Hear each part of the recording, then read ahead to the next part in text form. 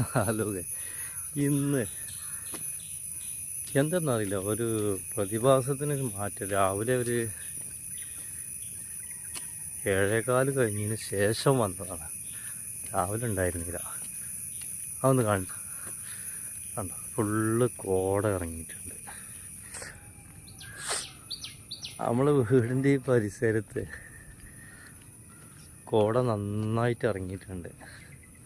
ചില ദിവസങ്ങളിലൊക്കെ ഉണ്ടാവാറുണ്ട്, പക്ഷേ ഇതൊരു പ്രത്യേക അനുഭൂതി. ഒരു എന്താ പറയുക, കോട അത്യാവശ്യം കോട ഇറങ്ങിയിട്ടുണ്ട്.